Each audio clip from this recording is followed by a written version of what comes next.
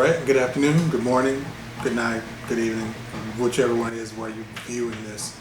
Um, just something brief today to kind of update you on where I'm at a certain area of my life.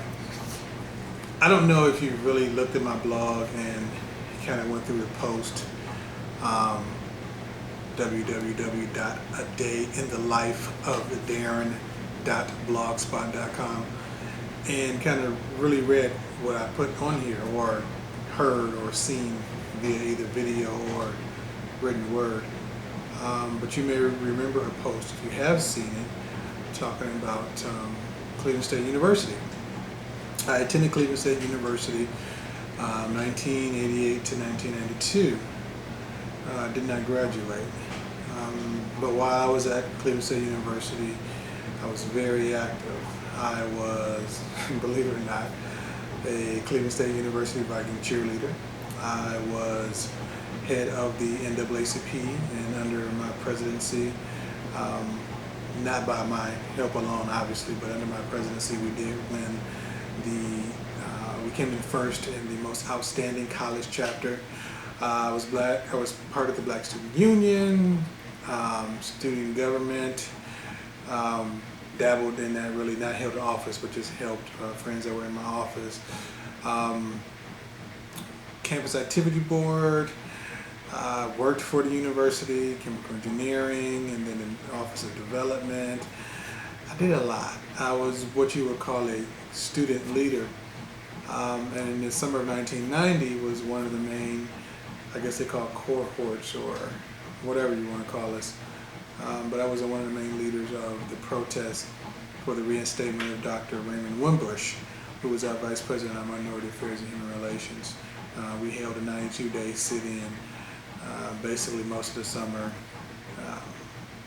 calling out for injustices at Cleveland State University, racial, gender, whatever. And I remember one of the statistics that stuck out so much, because Cleveland State University, we thought should be a urban university, and that's kind of what their pledge was to be an urban university, but it didn't look urban. It looked suburban, not urban. And one of the statistics was that out of 6 black men who entered Cleveland State, only one of them would graduate. And unfortunately, I was one of the 5. I did not graduate.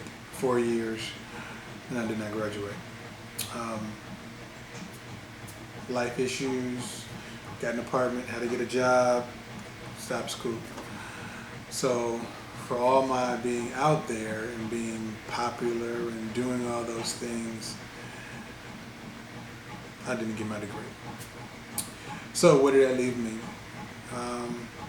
Nowhere for a long time, until about 2 years ago, maybe about 2 years ago, 2.5 years ago, I decided to try to go and re-enroll in school.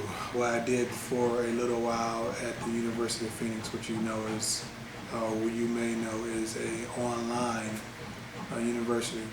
I didn't continue that as well. I had to end up stopping. One reason was because the job that I was working for at that time, I was no longer working for, and they were going to pay for it.